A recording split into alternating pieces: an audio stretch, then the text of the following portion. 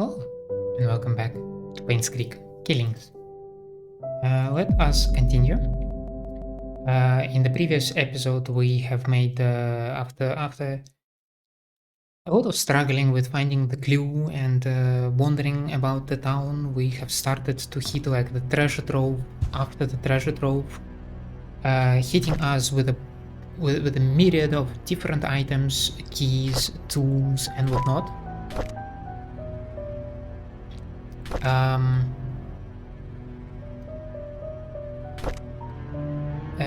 Among other things, we have opened the briefcase of Stephen Moss over here with this particular photo. I heard a lot about the dots puzzle, that it's far from being straightforward. So I tried to do my preparation. I counted the red points of the red darts that I see here and the yellow points that I see here. Problem is, I still have a question. If somebody does not hit the double on the first dot, whether it counts or not. Because in this particular photo, the yellow player did not hit a double. And for the red player, we don't know which dart was the first one. So there are some questions open. The code for Charles's safe in the gallery is Vincent's birthday. How could I not have thought about that? Call Sheriff James, check his file 7741. Vincent's birthday.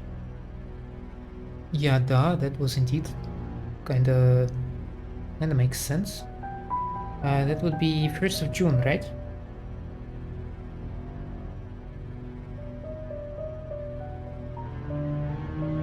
We have 6-digit. So it's either 060174 or something like that.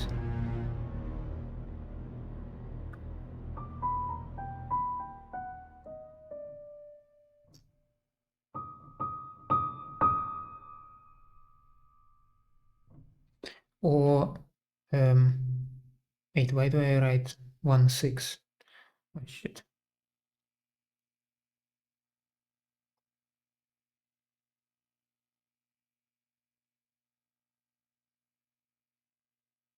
So it's either 060174 or 611974.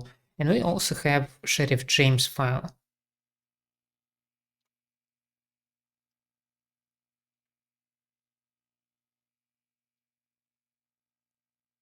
(7741).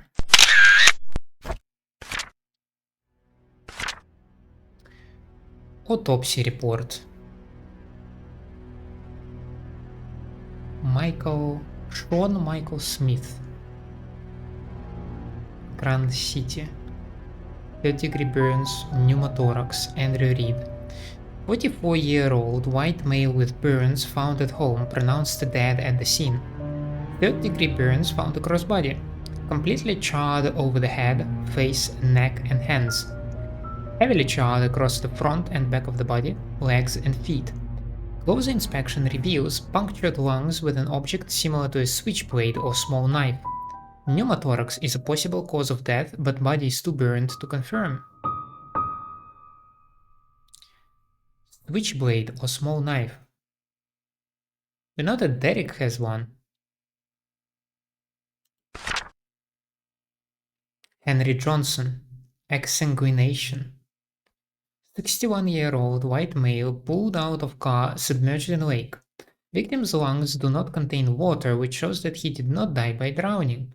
Due to the prolonged submerging of the body in water, the estimated time of death might not be accurate. Estimated time of death is between 12 to 16 days. Top right side of the skull leaning towards the front and above the right eye has a wide crack usually caused by a sharp object and strong force. Front torso, face and back portions of forearms suffer numerous lacerations.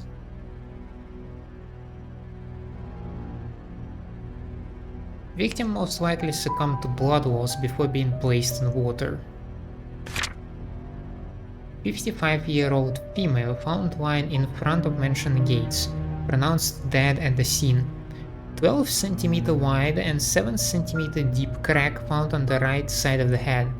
Impact caused by a strong force with a sharp object. Lacerations on front torso and back sides of both forearms. Victim died from loss of blood.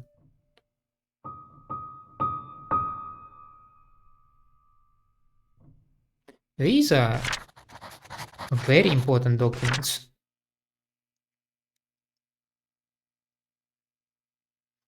Because at least Andrew Reed looks like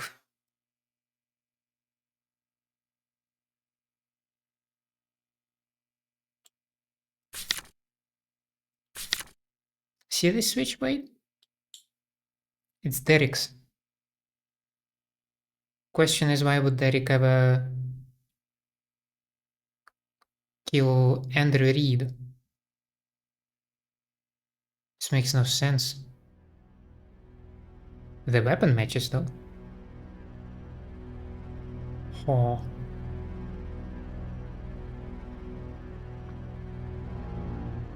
And then somebody stabbed Scott, but that was way later.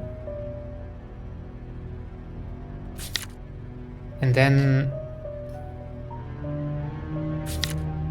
when I'm looking at this, somebody took access. Who the heck collects access in their like cabinets like this?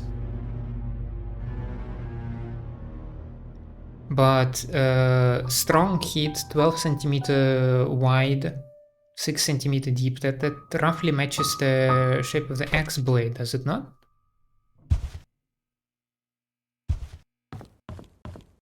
Anything else over here?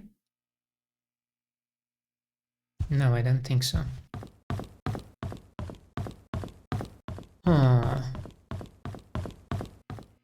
Derek, why Derek? Is it Derek or Derek?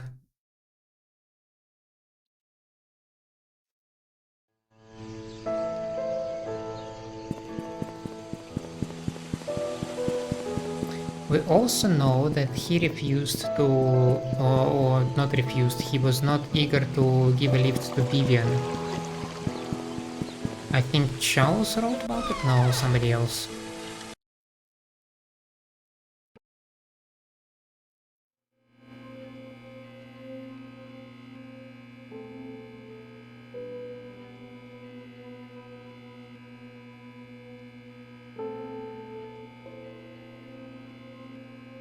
No idea.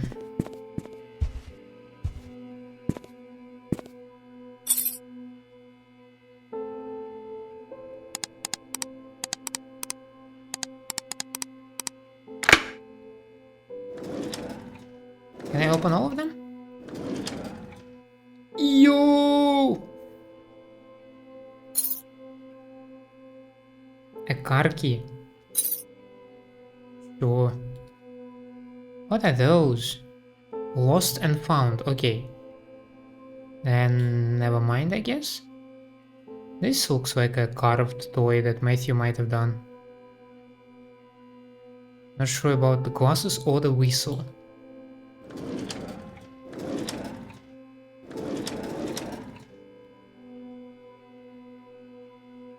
Oh, thank you.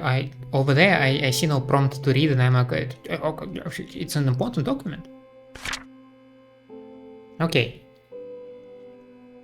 July 25. Charles Roberts. I wasn't there when my wife was killed. I left for New York on July 18th to attend a conference meeting that was supposed to last for 3 days. I was supposed to be back on the weekend. On the morning of July 20th, however, I received a phone call from our butler Bernard informing me that Vivian had been murdered. I could not believe what I heard. I cut short my trip and immediately came back to Painscreek. Matthew Brooks. There is an annual religious gathering event in Hartford where pastors from different churches in our state's vicinity meet and discuss what we can do to help our society. The event started on July 18th and ran for 5 days, so it ended on July 23rd. I represent Painscreek Trinity Church at the event. Our church can confirm this because we had to cancel our Sunday service that week. is it though? Bernard. I was preparing for the fundraising event when I felt sick. However, there was no one who can really do my job, so I kept working. At about 9 in the evening, I was too sick to continue, so I bid Vivian good night and headed back home. Dorothy Patterson saw me leave. No, there is no one else that lives there. I live alone. Yes, Bernard was not feeling well that day, so he left slightly earlier than usual. However, he finished his work before he left. When I saw how sick he appeared, I wondered how he could have kept on working. Well, I guess that's why the Roberts family trusts him so much. Me?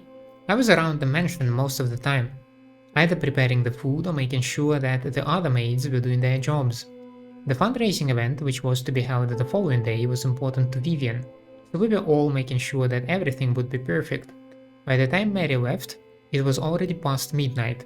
I locked the doors and then went home myself. No, I live alone. My name is Mary Martinez. I had been working in the kitchen for the past few days for the upcoming fundraising event. Jimmy's bakery was supposed to deliver the cakes, but a few days before the event they called to inform us that they can't make it. Suddenly I was in charge of the cakes. I was so mad because we didn't have much time and this event was supposed to be extremely crucial for Vivian's business. But after hearing that Vivian was murdered, all my anger and work just sort of became irrelevant. I remember dropping Mr. Roberts off at the airport on July 18th at around 2 p.m. I was supposed to come back after that to drive around for Vivian, but she told me to take a break since I haven't had a day off for quite some time. I decided to visit a friend of mine who was moving upstate to West Dakota. What sort of friend? An elementary school buddy that used to live here but moved when we received a scholarship. I stayed at his place for a few days before coming back to Painscreek. Yes, you can vouch for me. He can vouch for me. I have his number at home. I can give it to you later. Derek never gave me the number.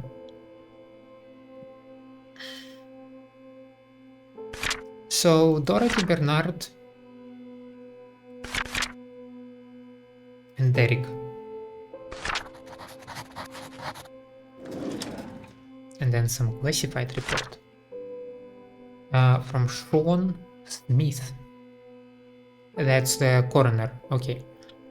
The crack in Vivian Roberts' skull shows that the weapon used is an object with a heavy and sharp end. Something like an axe would fit the description. To cause a crack that big, the attacker must be rather strong. I'm assuming it's either a man or a strong woman who is experienced in the use of the weapon. The victim must have been facing the attacker because of the lacerations found on the front of her torso, as well as the backside of both forearms, showing that she tried to block the attacks by holding up her arms. The fatal strike landed on the right side of the victim's head, just above her right eyebrows. This clarifies the following: that the victim was facing the killer, that the killer is strong enough to land such a clean but deadly blow, and that the killer is left-handed. Since the murder weapon was never recovered and confirmed, my assumption of it being an axe still remains. Since this is me doing you a solid, do not under any circumstances leak this information or I'll be in big trouble. The guys here in Grand City don't want anyone more than necessary to know about these details. Hope the above information helps. Sean Smith. Left-handed. Like Bernard left-handed, right?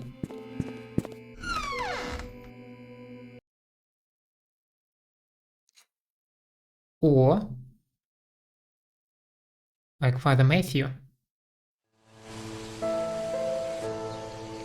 The painting in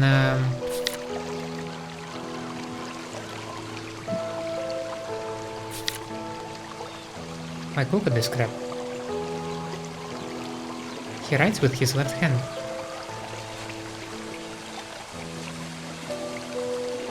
And I mean, he loved Sophia. He had a motive, revenge.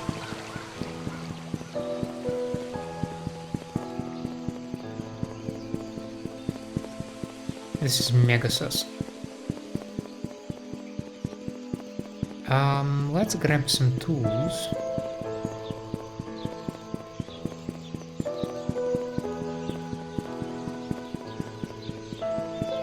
Nope. Over here.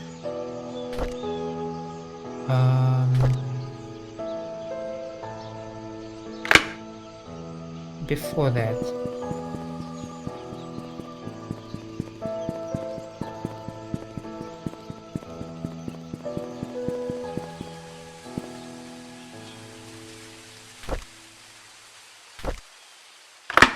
Nice.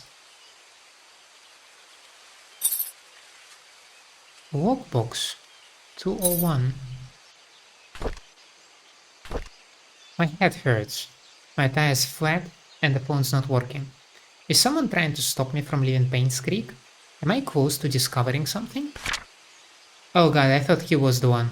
I was wrong. He's not the killer, he's not.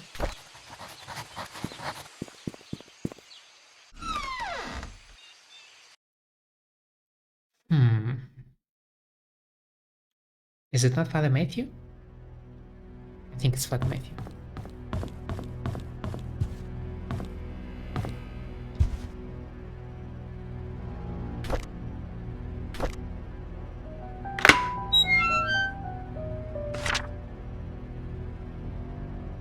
I know that thing.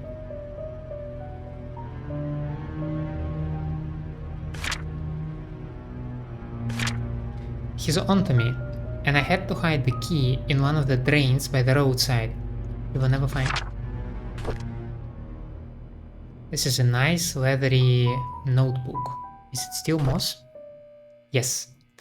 May 1997. Ever since I received the messages and the key, I have been following this annoying person blindly. Sorry. Annoying. I have been following this anonymous person blindly. What a fool I have been. I need to revisit my investigation notes and see if I might have missed anything important. I looked through the alibis recorded by Sheriff Howard. There were 6 interviews: Charles, Matthew, Bernard, Dorothy, Mary and Derek. Then I noticed it. One of them is lying. It was recorded that there was an event. Yet I remember reading somewhere about it being cancelled. Where did I read it again? I can't seem to remember. Oh my god, I've just realized that the E in all of the killer's messages is slightly off in comparison to all of the other letters. If I can find a typewriter, I can find who killed Vivian.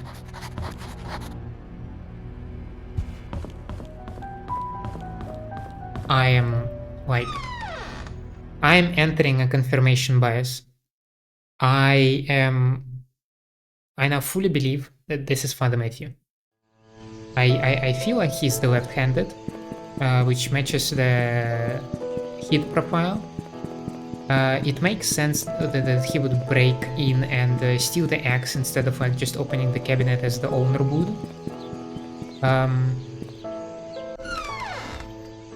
He was attending an event, but it might have been cancelled.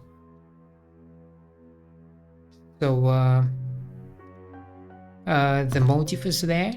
Revenge for Sophia because Scott told him everything. And I mean, Scott been doing that for a while. He probably had time to process, to reflect on that.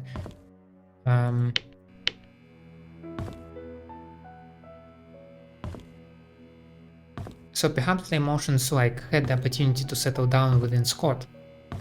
But Father Matthew is just like info dump immediate on him.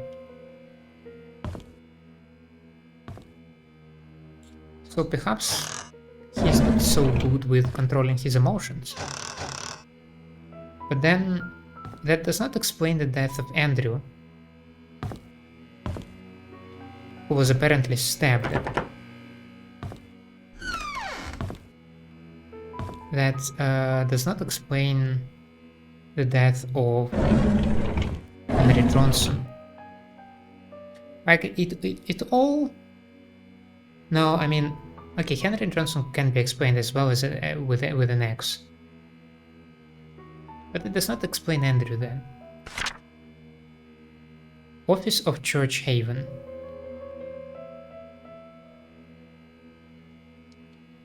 It's right here. Right here. We regret to hear that Father Matthew will not be joining any part of the annual religious gathering event from July 18th till the 23rd in South York. We received Father Matthew's memo yesterday stating that he was not feeling well. I assume he has also informed you about this last-minute change. Please send him our regards. We wish him a swift recovery so he may serve the people of Painscreek soon.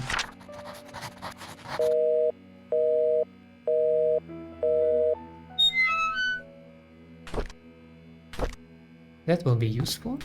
That will be useful.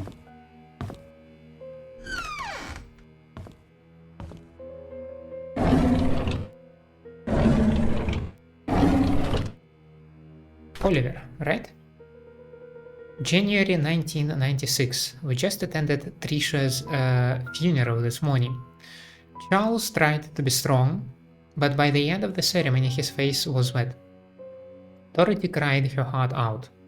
It truly pains the soul to witness so many deaths occur here in Painscreek. Every one of those deaths was of a person I knew, and some were very close to me. Among them, Vivian's death shocked me the most.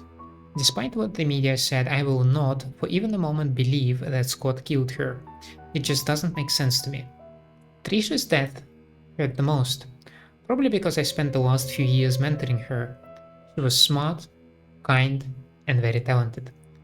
She was turning into a very promising young woman. With her passing, Charles has lost all his family members. He's all alone. I can't imagine the pain he's going through. August. Dorothy left Painscreek early February, a month after Trisha's funeral. The hospital closed shortly after. By the end of the month, Charles had packed and departed Painscreek for good. Wanda passed away on March 12, 1996. Her cancer had spread too far and too deep. The doctors could not save her. 2 weeks after her funeral, Derek moved out of Painscreek. Autumn is approaching. My photography store will be closing by the end of this month. I have many things to say, but there is no one left to confide in. Anyways, I've been thinking about retiring for quite a while now. Maybe the time has come.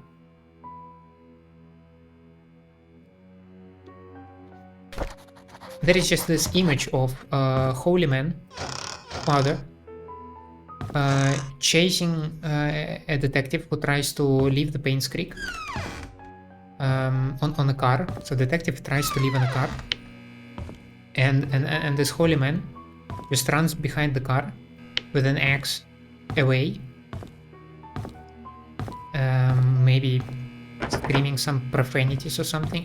I don't know.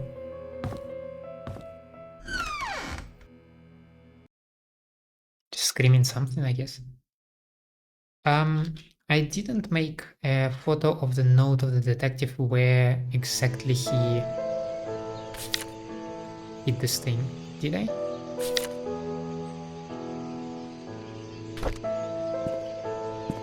I absolutely did not.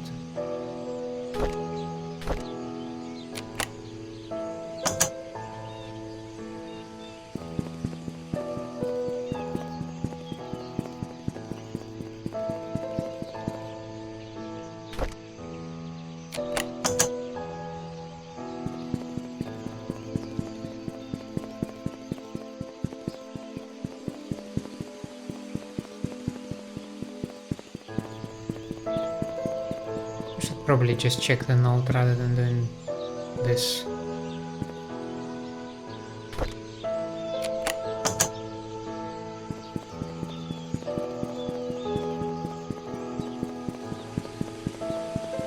I think it's said near the church,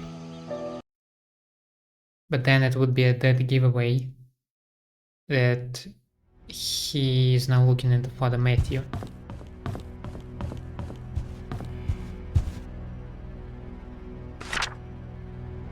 No, just one of the drains by the roadside. So, no, that does not help.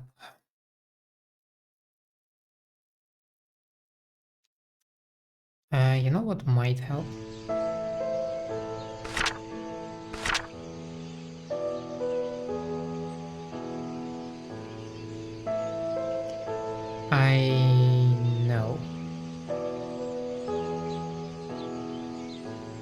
because I could say that I got this one near the postal service, and maybe... But I got more than that.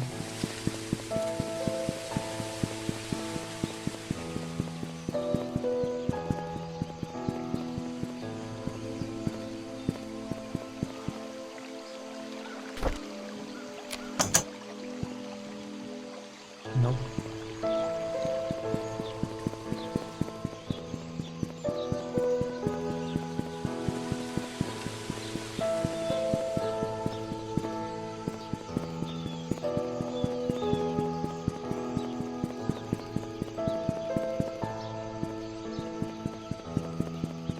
This was also one of those that I noticed earlier.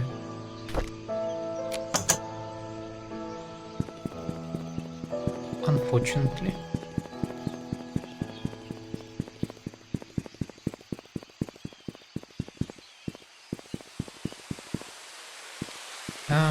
Since I'm here.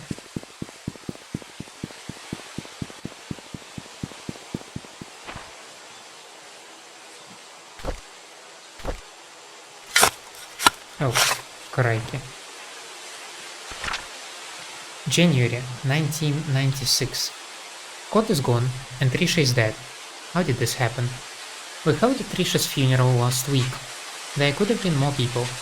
There should have been more. The village will be barren in a few months to a year. That generation is just moving out and the old generation is simply dying out. I will also be leaving here soon.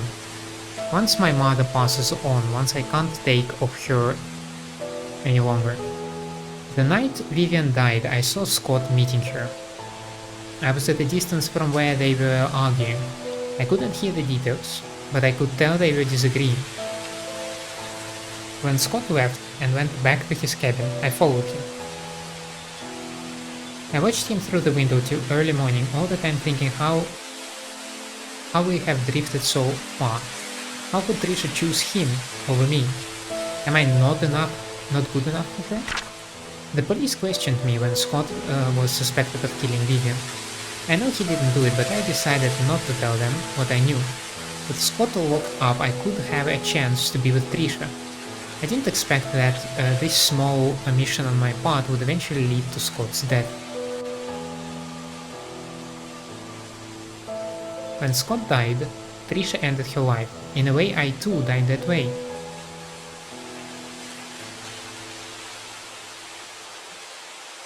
You know, at first, like, he got me there. When Scott died, that small omission on my part would eventually lead to Scott's death. So I thought maybe, like, it has nothing to do with Scott's death.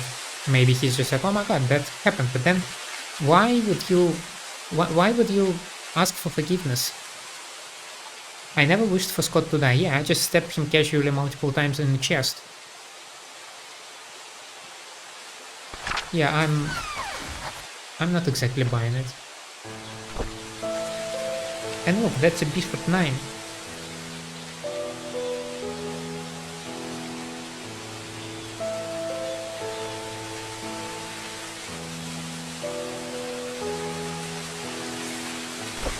Okay. Secret of Painscreek. Hidden room in study room, but I believe I have found it. Underground secret passage, the sewers. Secret room above father's room. I will be heading there as soon as I have a key. Shitbox.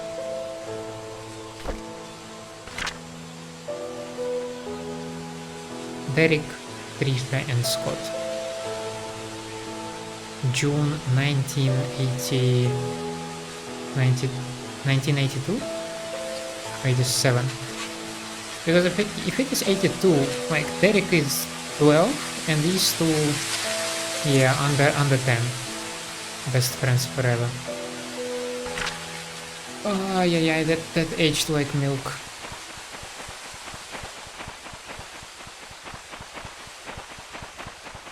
Is there something I need to make a photo of?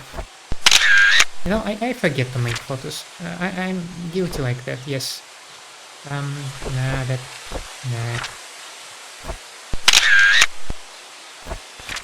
Okay, that should do it, I believe. We need to find the key in one of the crates. Roadside. Correct. Try to go this way, maybe paying closer attention to the area that is covered with leaves.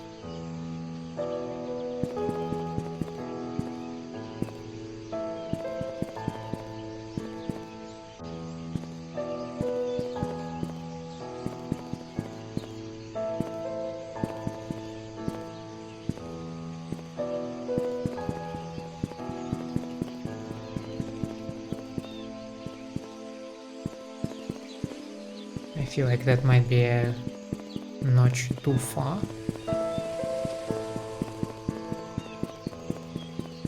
There is the one that we opened.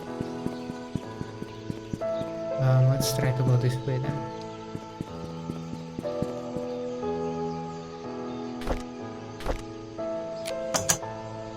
Nope.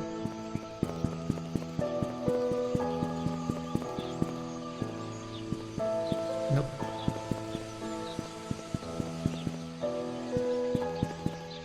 And there is the one from the post office.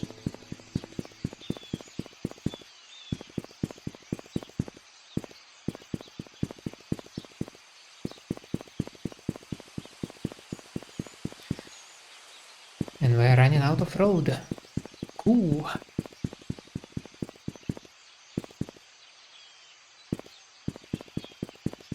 Well, no need to panic here, just you missed a grade. That can happen to anyone. Can they be in these areas? I would personally doubt that. Yeah. Let's start from the beginning, maybe?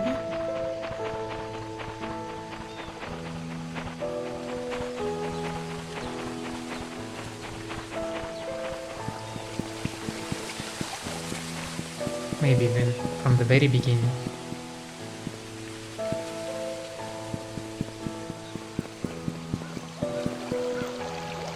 So funny that I did not notice these things, but I did notice 1203.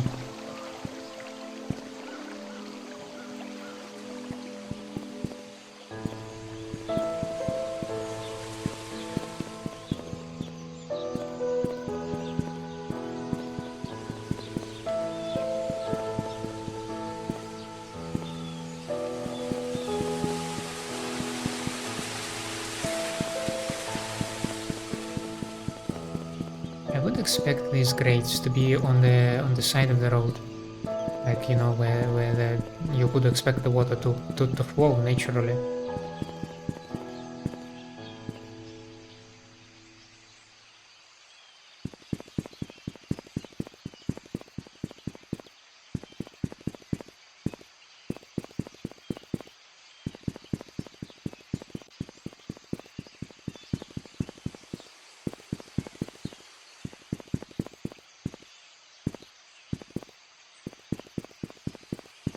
Knowing myself, I have already walked past it.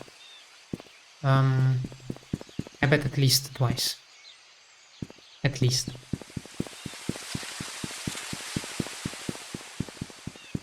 Because I know that I am prone to blindness.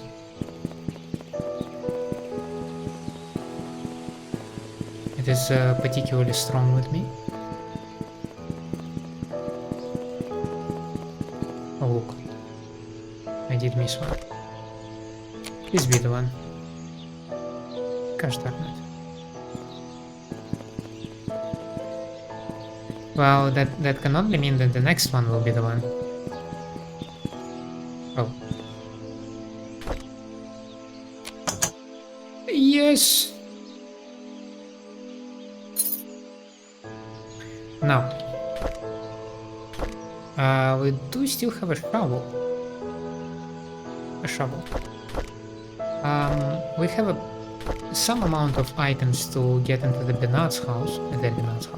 Just Bernard's house. We also have an intricate key and a hint towards Matthew's place.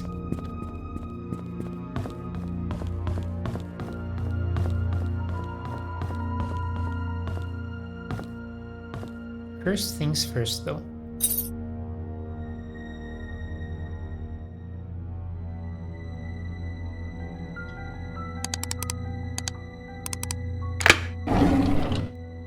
Hello there. Dear Diary. May 1995. I visited Scott today. I couldn't believe what he said. How could Sophia be dead? How could Andrew, Henry, and Vivian have killed her? Did Dorothy know? How about Wanda or Charles? Did they know? Why didn't anyone tell me?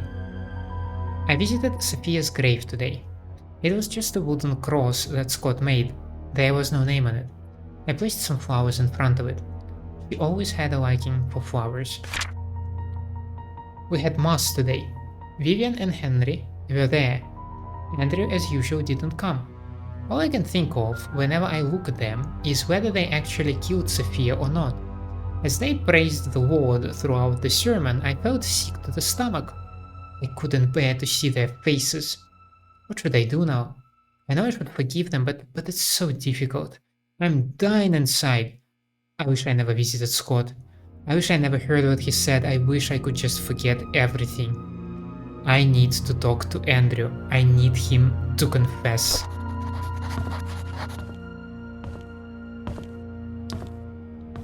Yep.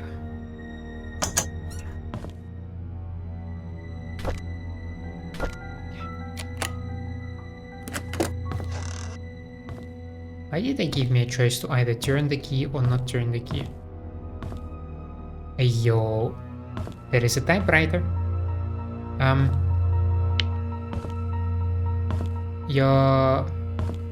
Do we accept bets that E's are misshaped over there? Someone came to Painscreek. He cannot know. There are dried blood stains on the eggs. Mother Clocker. He's still around, eh?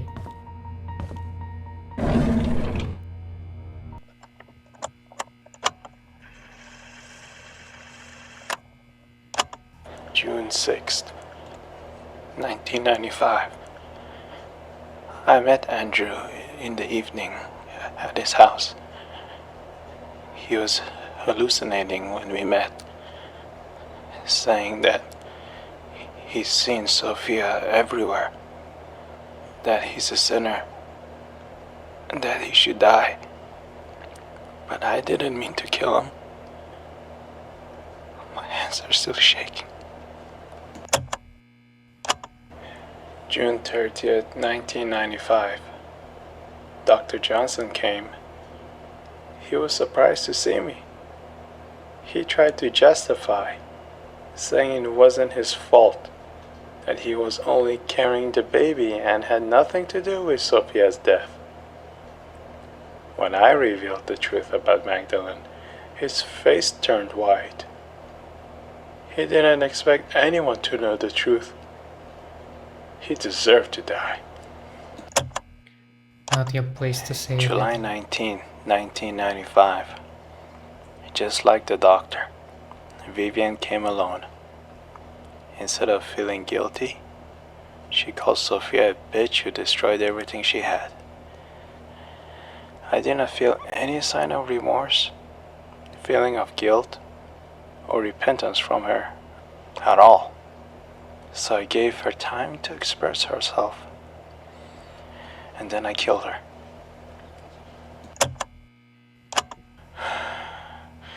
It's all over now. Why am I not at peace? There's this nosy investigator in town. He's still around. I thought that if I led him to believe that Bernard killed Vivian, it's not about me. he just might believe it. But I made the mistake of trying to mislead him. Now he's suspecting me of being the killer. He has to die.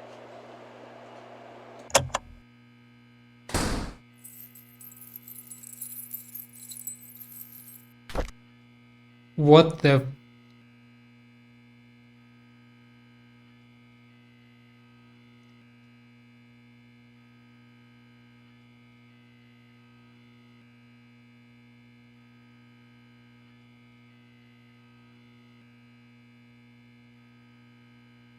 No.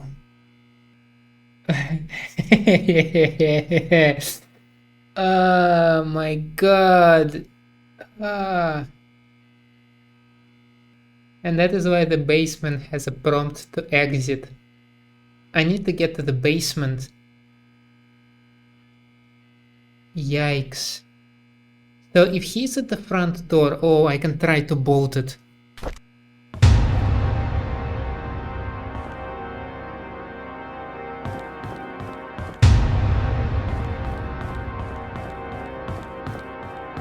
Oh shit.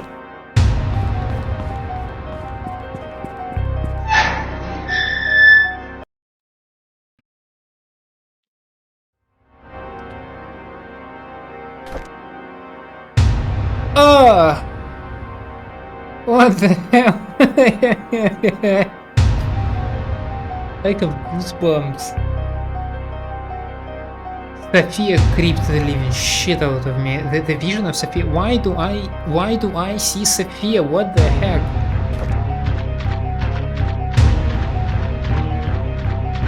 Wait, no.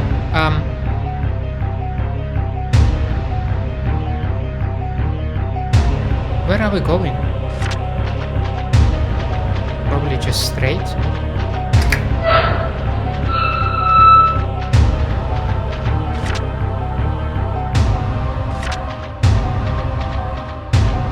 And then try to turn right.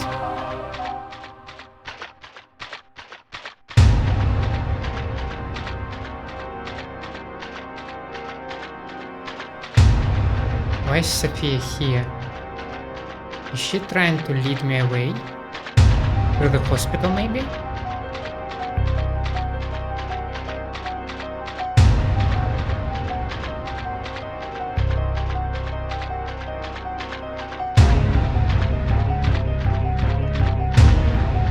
I am unbelievably stressed.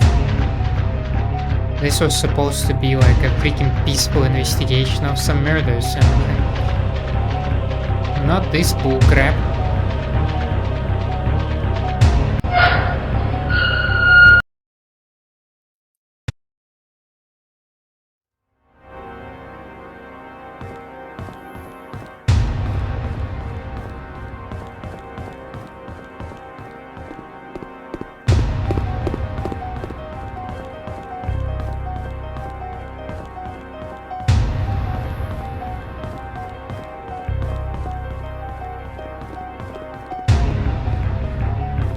I don't know where. Shitballs, I'm gonna die.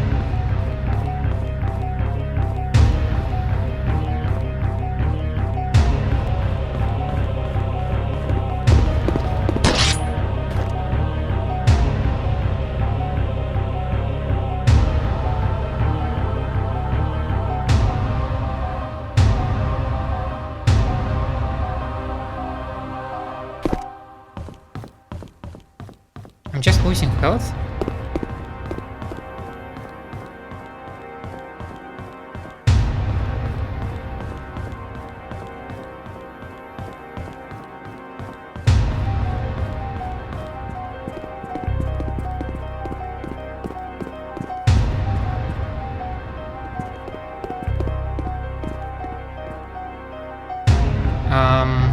So what? That's a dead end.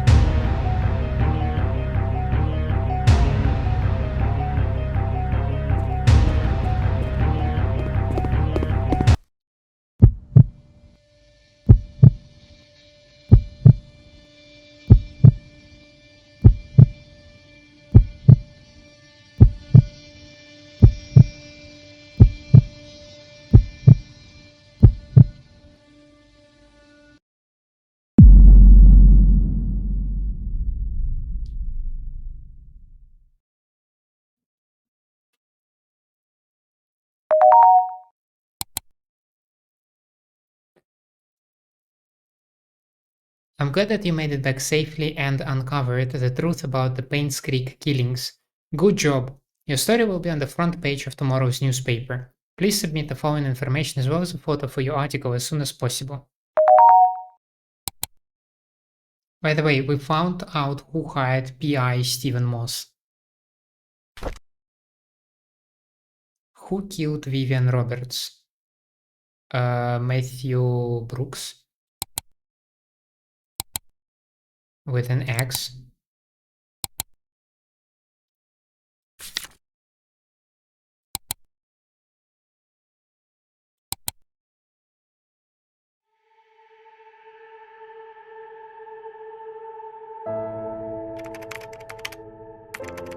To Dorothy.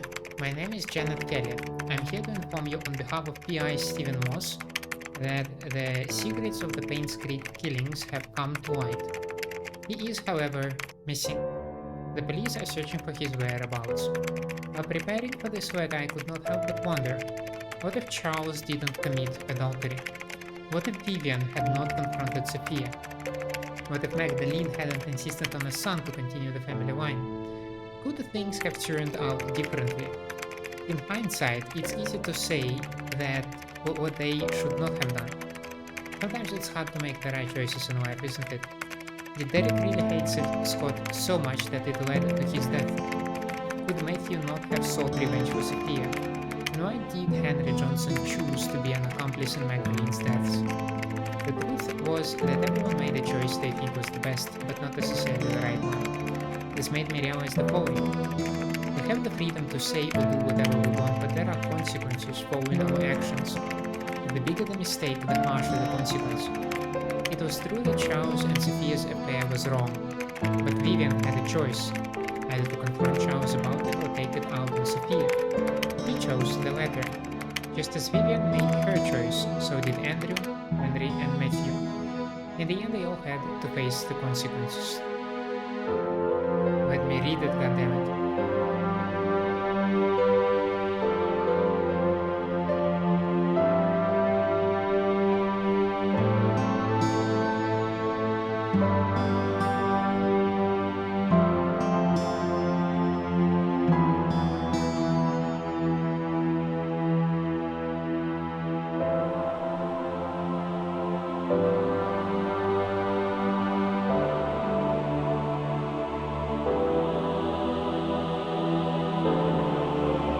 Special thanks, Stephen M.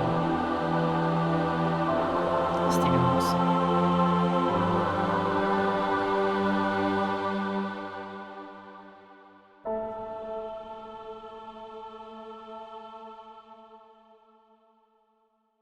Oh. 89% complete. God damn it. Can I come back to the game the moment before? You do say continue. I have to investigate Bernard's house.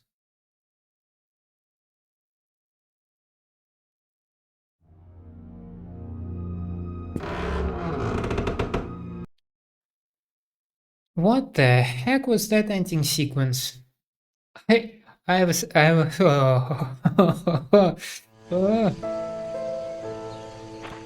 son of a gun. You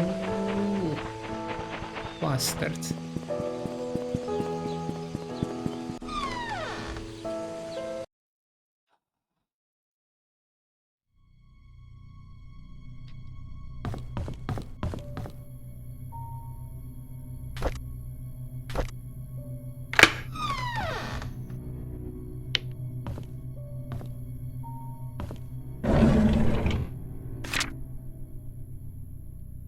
Okay. Did you hate Vivian? I drove January 1995. I drove Vivian today since Derek is out of town with Charles. As I was driving, we talked. She expressed that, despite having a successful business, she felt empty and tired. Trisha hates Vivian for trying to stop her from seeing Scott. He seems to be really bothered by the name Vincent, and her relationship with Charles seems to be just for show. I wish I could comfort her. She's going through so much right now. If only I could confess to Vivian how much respect I have for her, how much I admire her. January 18. Ever since Trisha brought up the name Vincent, Vivian has been pretty quiet. Even during dinner, she hardly spoke. I can barely remember the last time Vivian appeared happy. I don't think anyone can blame her. Wanda hasn't been coming to work for a while now. Her illness is getting worse. I wonder how she's coping. Derek wasn't available to drive Vivian again, so I offered to help. It's been a month since I first drove for her. She's been opening up more to me, telling me about the struggles she's faced with, her rocky relationship with Charles, how she really dislikes Scott. Sometimes I would give her some suggestions when she asks what she should do. Other times she just wants someone to listen to her. Mostly I'm just happy to be with her. Vivian seems rather distraught recently. During the afternoon tea gathering, I stood outside the room and tried to listen to the conversations. She feels miserable being with Charles. They hardly look at each other, let alone speak. Personally, I don't think Charles deserves her. I finished reading Vivian's biography. Half the facts were incorrect. The writer should have done his homework better. March 17. Sometimes when I'm driving for Vivian, she asks me to drop her off at the corner of a street typically in front of Tom's Cafe. She's always telling me that she'll make it back home on her own. It aroused my curiosity, so after dropping her off today, I parked the car and watched her. She ordered a cup of coffee to go. She then left the cafe and walked up the street for about 5 minutes to a residential area. She stopped in front of an apartment and pressed the doorbell. Shortly after, a man in his early 30s wearing a suit opened the door. He leaned over and hugged Vivian. She gave the coffee to him and they exchanged some words. I couldn't hear what they said. Then they entered the apartment together. Who is he? May. This is the 6th time I followed Vivian. After she went into the building with the guy, I parked the car nearby to wait for her to come out. Is this considered stalking? About 2 hours later, a cab stopped out in front of the apartment. Shortly afterwards, Vivian came outside and the man followed closely behind. They chatted for a bit. Vivian looked extremely comfortable with him. Before leaving, she kissed him on the cheek. What's going on? I tracked down the guy. He works at a bank. The place they meet is his apartment. How could she do that? Who the hell is he? I reported sick for the 3rd consecutive day. As I laid in bed, I kept thinking on why Vivian would be seeing another man. No matter what Charles did to her, she has kept her faith in him throughout the years. How could she be having an affair now? She's better than that. She's supposed to choose me. Oh man.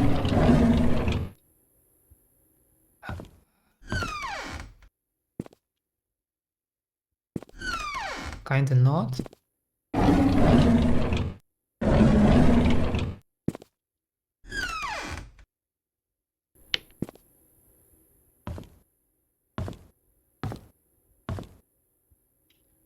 Damn, Bernard really loves his guns, doesn't he?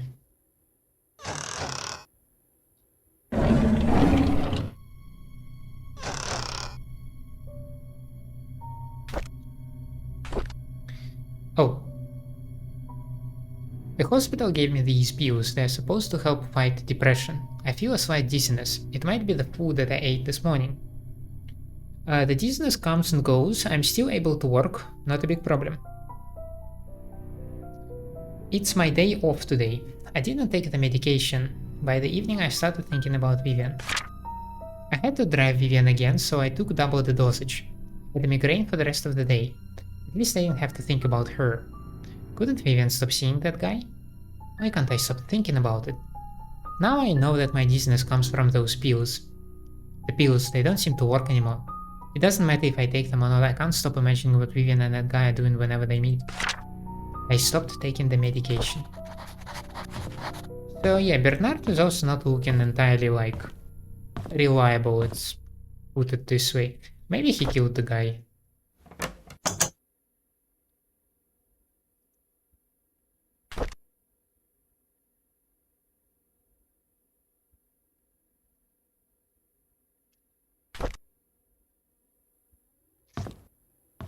Ooh.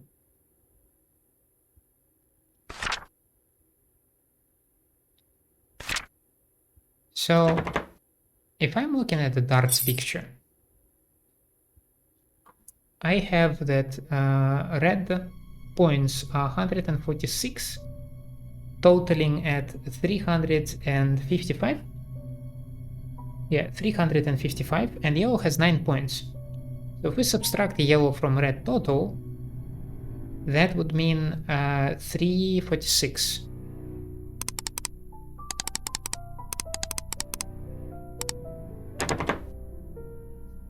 Because darts is weird, maybe it's not 355, maybe it's 364.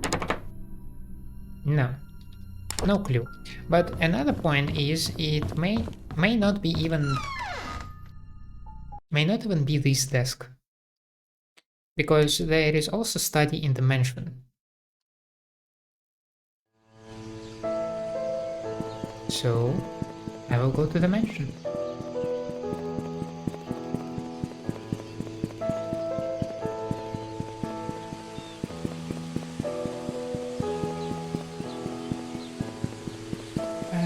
Ay.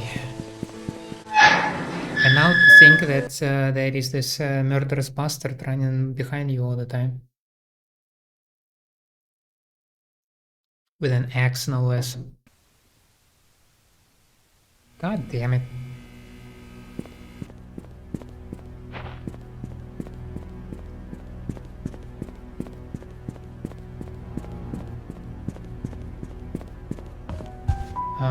Where are we going? Gallery.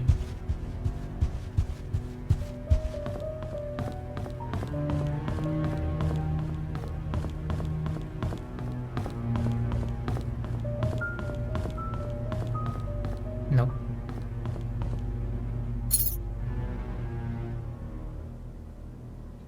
Let's try 6/1/1974.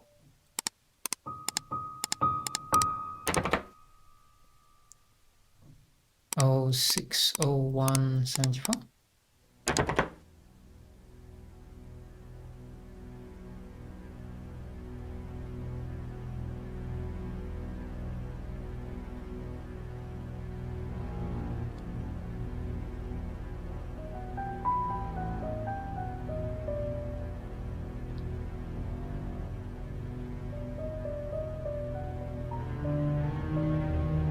Oh, why? It's not 74, it's 75.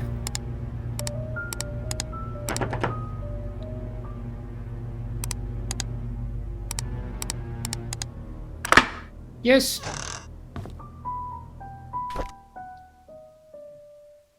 King 4.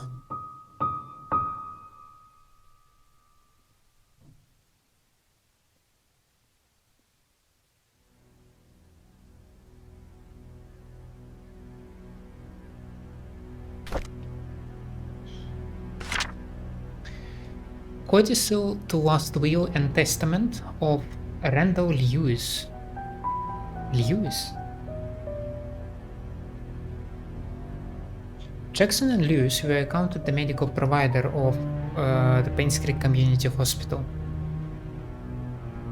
I, Charles Roberts of blah blah blah, being of sound mind, declare this codicil to my last will and testament, dated July 1st, 75, effective as of today, June 21st, 75.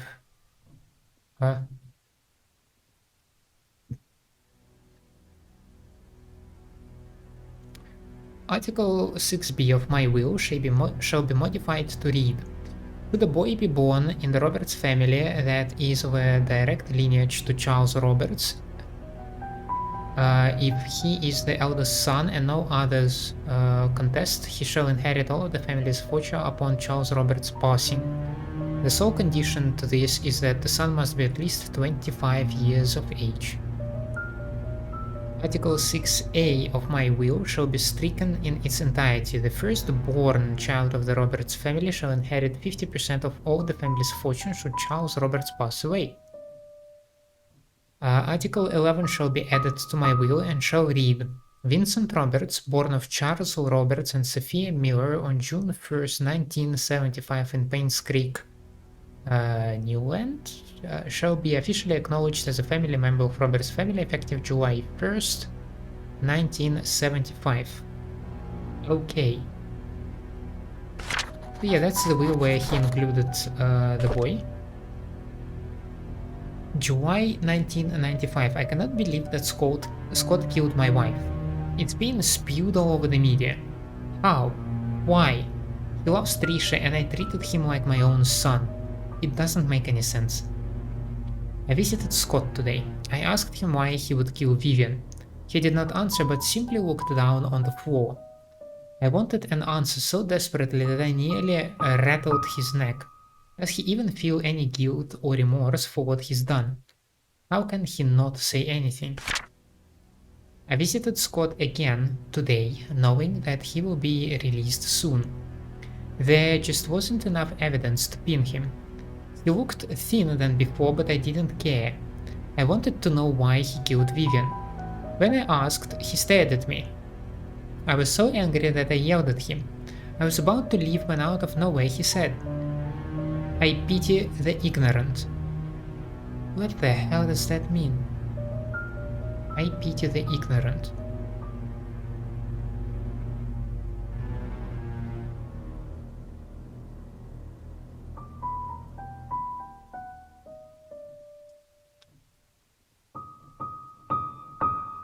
I got drunk last night in the inn. Scott is now a free man. I think I babbled about how much I despised Scott and what I would do to have someone get rid of him. Did I really say that? How did I get home anyways? Oh right, Bernard was with me. He drove me home.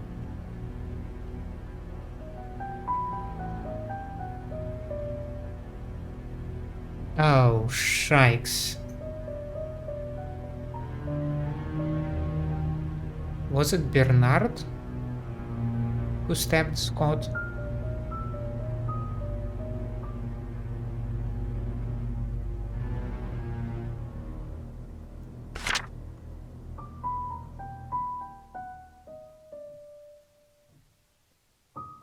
Love Trish 061174. Chess pieces. K. King / knight, queen and then bishop. Now that is nice. That was altered, right?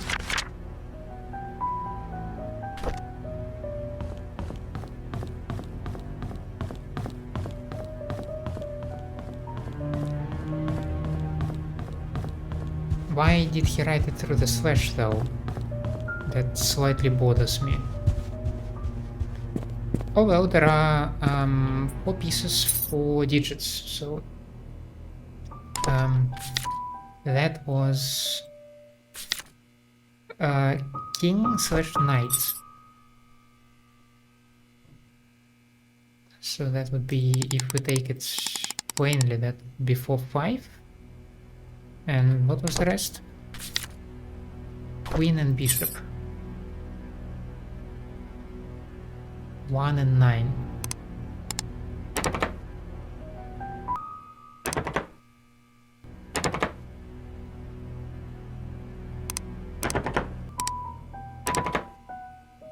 The 1, 4 or 5? No. Also no. The bishop is 6. No. No. Queen, bishop. B4. 6. 9. bishop.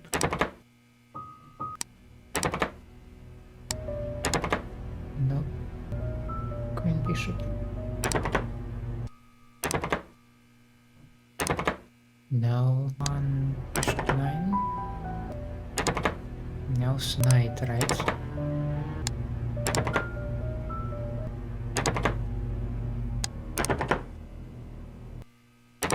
No. No.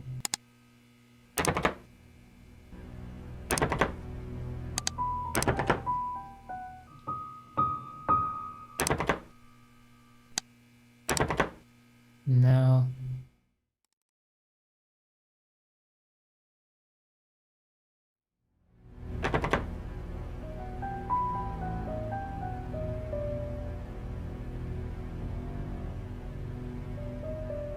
What the?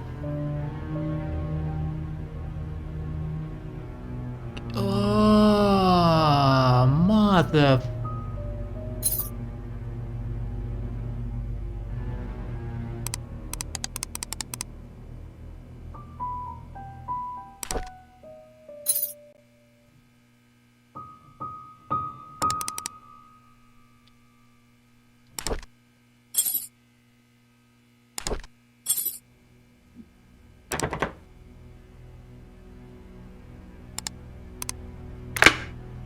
Son of a gun.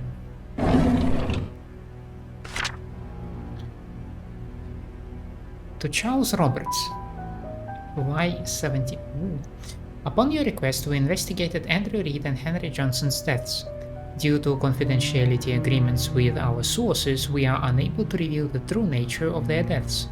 Suffice to say, both of them did not die of said accidents, so we dug deeper. We found out that Andrew and Henry were both related to the disappearance of Sophia Miller and the death of Magdalene Roberts 20 years ago. What really happened to Sophia we do not know as of now.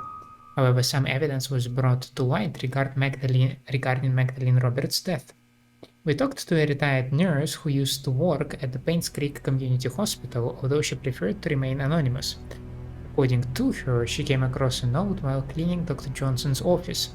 In it, Dr. Johnson stated that the prescription was lethal and to be administered only to Magdalene, and the dosage has to be precise or it will not work. No one else should then take it. The letter was made out to your wife, Vivian Roberts, according to the note. If you would like for us to stop this investigation, let us know at your earliest convenience. Otherwise, we will continue to find out the truth about Sophia's disappearance. To Charles, in February 1996. Our investigation was initially promising. We interviewed possible witnesses who might know something about Sophia's disappearance. Months later, however, we are nowhere near knowing what happened to Sophia. We've searched through all the states for any possible trace, but to no avail. What we can conclude at this time is that the main cause of Sophia's disappearance has to do with Andrew, Henry, and Vivian. Now that they are gone, we are unable to get the truth about what really happened to Sophia. If you prefer, we can still continue the search. However, the results look bleak. We have posted rewards for any information regarding Sophia, hoping that it's just a matter of time before someone with real information steps up. For the time being, we suggest that you wait. Should anything emerge, you will be the first to know. November 1995. A month ago, right before Vivian was killed, I confronted her about Mom's death. She said she didn't know anything about it. She only administered the medicine as provided by Dr. Johnson. She was lying. I could see it in her eyes. She was scared, and she was hiding her fear. I know that Vivian was never completely truthful with me, but I still have no proof yet. She never liked Mom, but I wouldn't have thought her capable of killing her own mother-in-law. I know that she had something to do with what happened to Mom and Sophia, but what can I do? She was my wife after all, and now... December 1995. Vivian is dead, so is Scott. Now Trisha is dead too. Is this my punishment for the affair I had 20 years ago? Sheesh, man. again, placing these tiny letters on top of the drawer tumblers is diabolical. Given that I have a free camera and I can interact with the locker from my point of view, what seems to be miles away, and I cannot see these letters. It's just ugh, not cool. Now I'll be trying to solve the tarts thingy.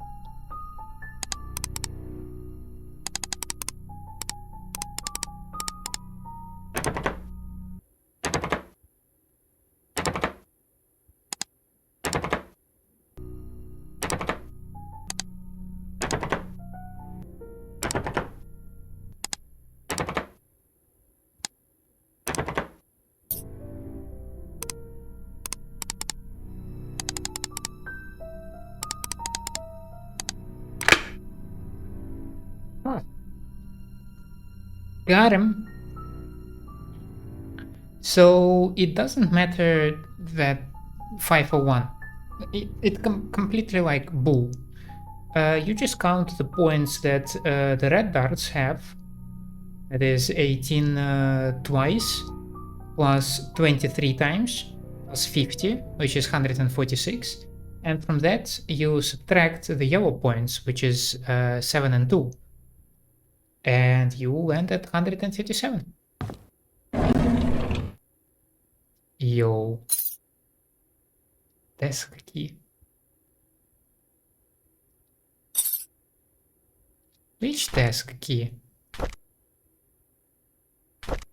Okay.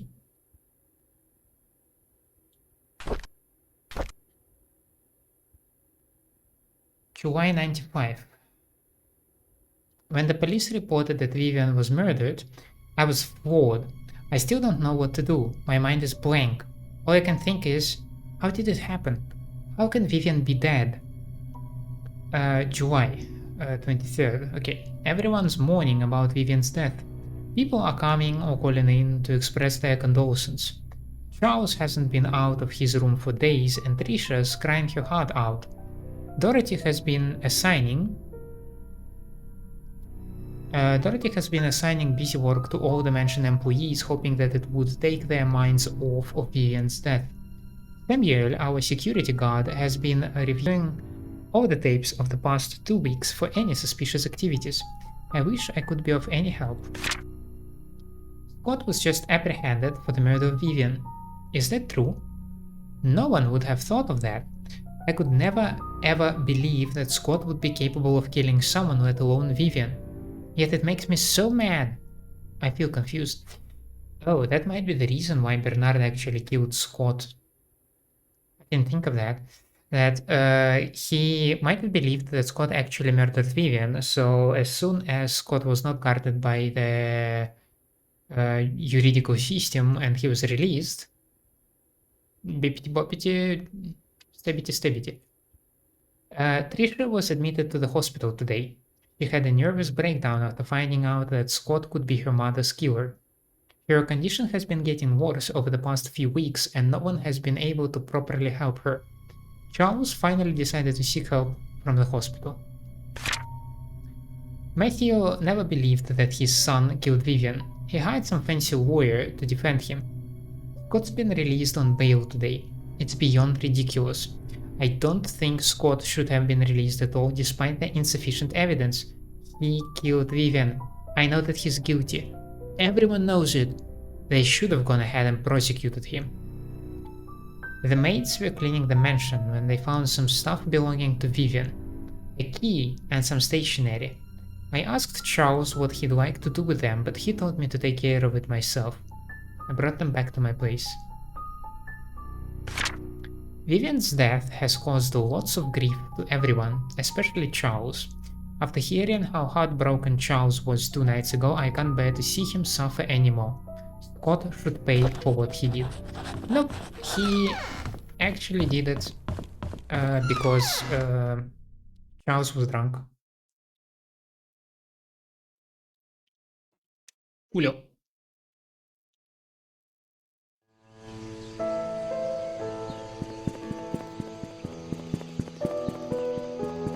And now, let's open Vivian's desk. I believe I know which one that is. Maybe Vivian confesses her crimes over there. That would be wonderful.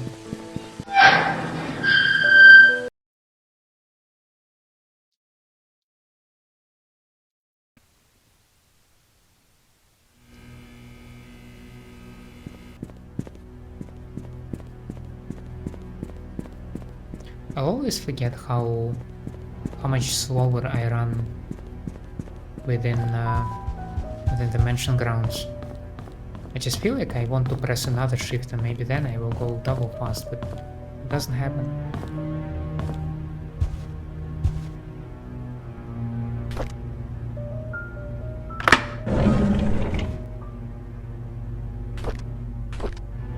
January 1995.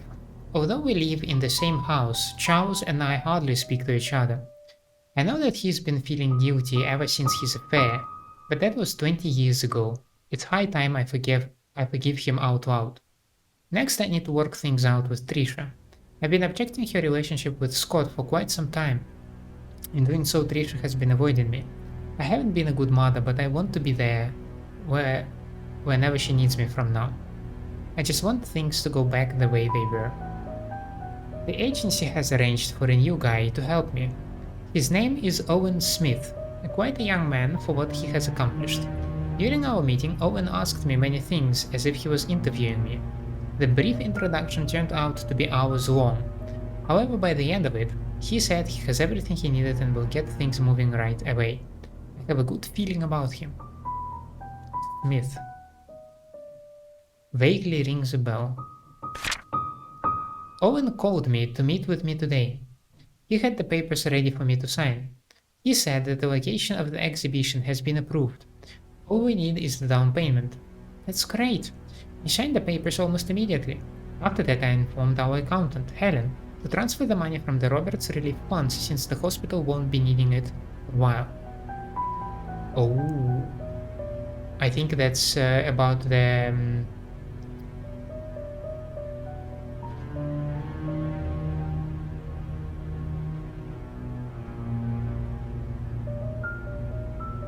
Is this about embezzlement?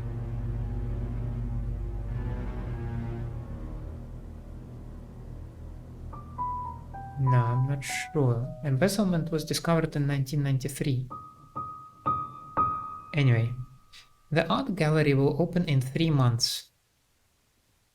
I'm so excited about it. We have received most of the artwork from the contributors and artists. All I need is to ask Charles if he would be willing to donate some of his paintings. If the exhibition succeeds, it would be good for us and for Painscreek. I haven't felt this alive in a very long time. I have a purpose now. And then the freaking past catches up with you and brutally murders you.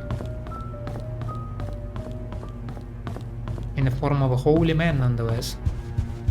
I will get back to the church. I will go through all the hoops again. And I want to see what is my percentage now. Because first time I finished at 89. But now I have exhausted a few new leads. I have opened the study drawers, both of Bernard and of Charles. So pretty satisfied that I managed to do both of them on my own. I I heard so much critique about darts, but I actually found the chess puzzle more confusing. Simply because the necessary hint, you need to actually zoom in and sit down by the tumblers themselves. Nah, that did not work out for me. Darts? Yeah, simple arithmetics, no? I mean, maybe I got lucky in jungling the numbers. That is, of course, also an option.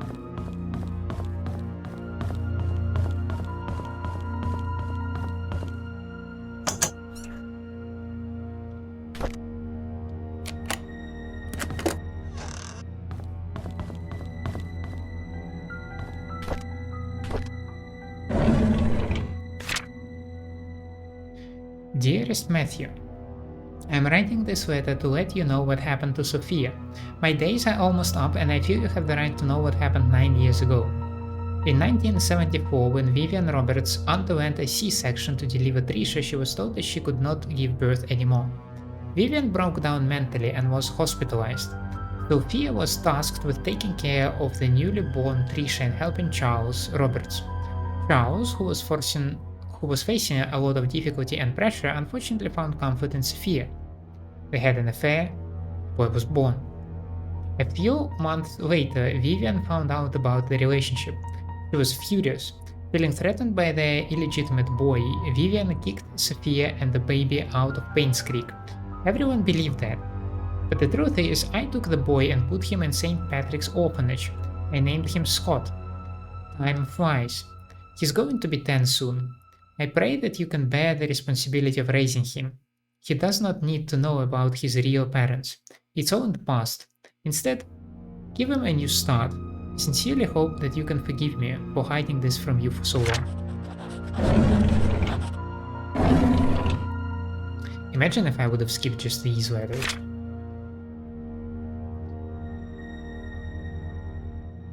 April. Dear Matthew, it's been more than 2 years since I started work at the mansion. I like this place a lot. The people here are nice to me. Thank you for your letter. Although I cannot be there with you for your missionary work, I will pray for your success. You were always the noble one. Do you remember the wishes we made when we were at the orphanage? Yours was to help the unfortunate. Mine was not to be poor. Well, I did not expect the opportunity to knock so soon. Maybe heaven is helping me. With all that has happened these past few months, my wish might just come true. I'd love to tell you more about it, but I can't wait until you're back. Things might be different by then. I hope it will be for the better.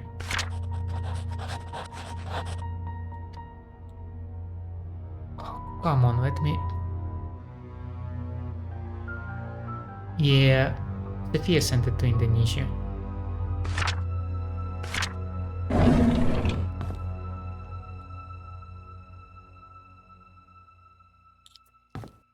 You know, when I first saw this freaking typewriter, I thought to myself, well, maybe it actually talks about the private investigator, the Stephen Moss guy. But now yeah, it freaking mentions she cannot know. Why would you even write that?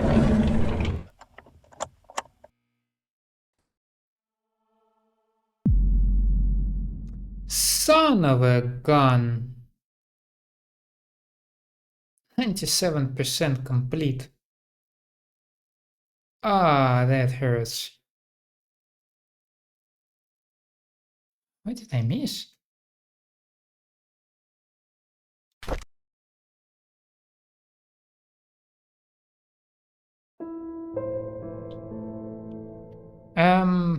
I think at this point, I don't have any more leads, and 97% is perfectly fine for me. I might I will right now say a few words about the game, and then maybe I will go online and try to see the list of all documents and try to spot which one I missed. No clue.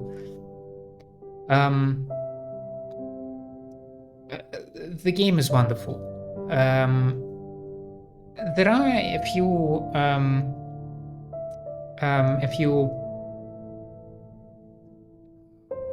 how would I call them?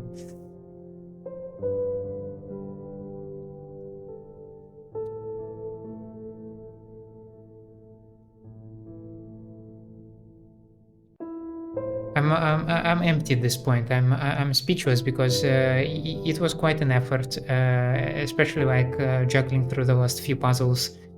So I am a bit empty. I apologize for that. But I'm trying to say that the game is wonderful and gorgeous. The music is astonishing. There is the sense of this abandoned town with thick mystery and like gory events that happened here that changed and crushed the town, the spirit of maybe its inhabitants, or you see the personal tragedy of everybody involved, in particular family and people surrounding them as well. You begin to connect the dots, and it's just like it's wonderful. But there are a few hiccups that you can encounter. In particular, my personal one is observing some of the elements of my environment or interacting with them. Like the chess puzzle, I'm still not over it. I think it was. It's not an approach that works for me to hide the hint just in the tiny letters just above the wheels. I think it would be better, like for example, if you click to unlock, you do not see just the numbers and the arrows, but the whole thing kind of zooms in and you see it. Then it would have been clear that there are letters. This wasn't the case. So yeah, I was going through a bunch of different combinations, but basically it was a guesswork until I noticed that.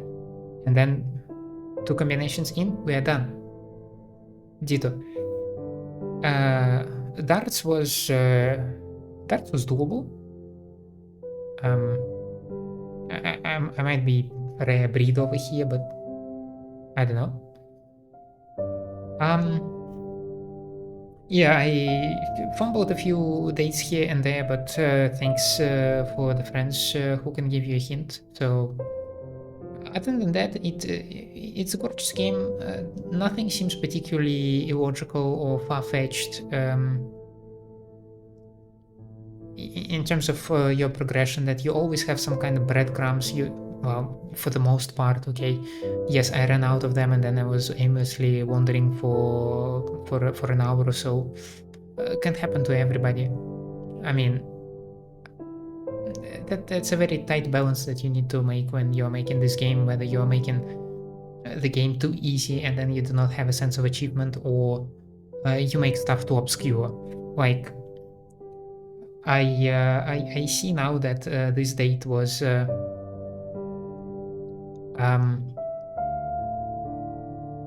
first and foremost, this is an important date for a person. It is highlighted in his diary. It is also highlighted in the toy where they marked the date. So hints were there. I fumbled the implementation. Can happen. That is just like a minor setback on the otherwise wonderful game.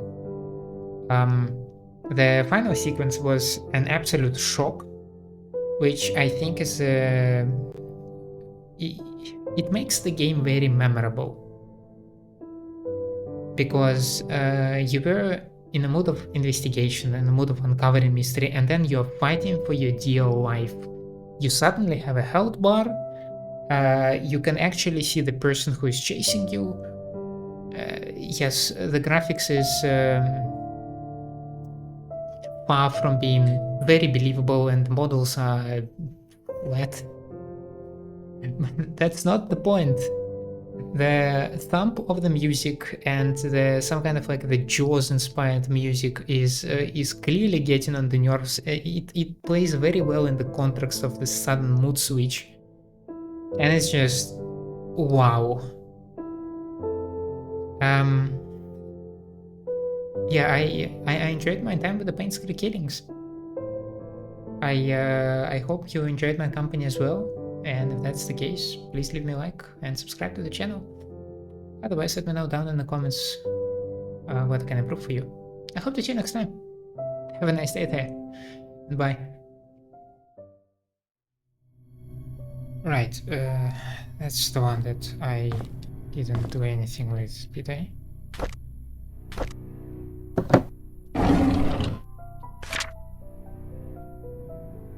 Department of Child Psychiatric Division. June 17, 1991. Psychiatric evaluation on Derek Tyler. Dear Miss Wanda Tyler, after almost 5 months of sessions, your son Derek Tyler is now much better. We are still unable to get him to talk much, but he has chosen to express his thoughts and feelings through written text, which is a breakthrough for him. During his last session, however, he wrote the following. Dad was standing in the middle of the road. He was waving to me. Mom was crying and her tears dripped onto my face. I woke up. Kitty was purring and licking my face. I think she wanted to go out. Mom doesn't like me to make noise when it's late at night, says it will wake everyone up. So I was very quiet when I opened the back door.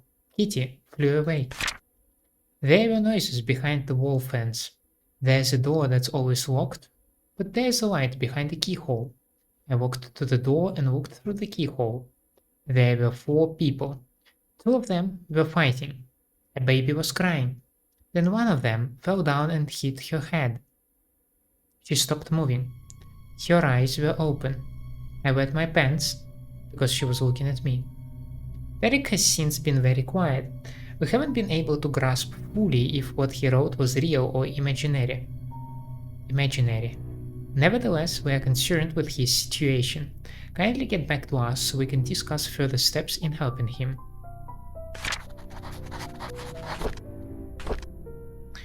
The school called. The principal told me that the kids have been calling Derek names, saying that he's a bastard child. I know that Derek wants to know where his father is. I don't know what to say to him. The school called me again and told me that Derek poked a bird nest until it fell off the tree. After that, he stoned the chicks to death. This resulted in him being suspended from school for a week. The principal asked if Derek had suffered any kind of trauma that would cause him to act like this. I couldn't tell him that Derek witnessed Sophia being killed. He was only 5 when that happened. Derek stopped going to school. He told me school isn't for him. I should not have asked him to keep quiet about Sophia's death. He must have been bottling up his emotions all these years. Maybe it's time I start homeschooling him. Yep.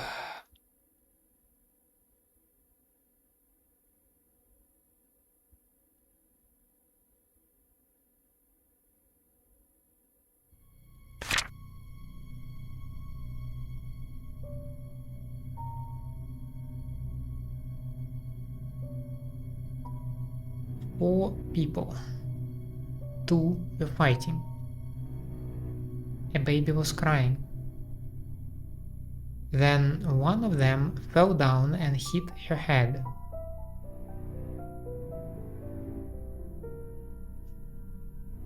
I assume Sophia and Andrew. They were fighting. There were 4 people. Do we count the baby as a person? I guess we should. Who's the 4th?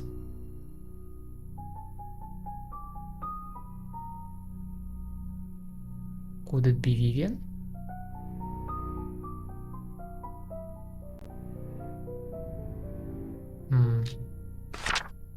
Conundrum. But it is interesting that Derek was a witness.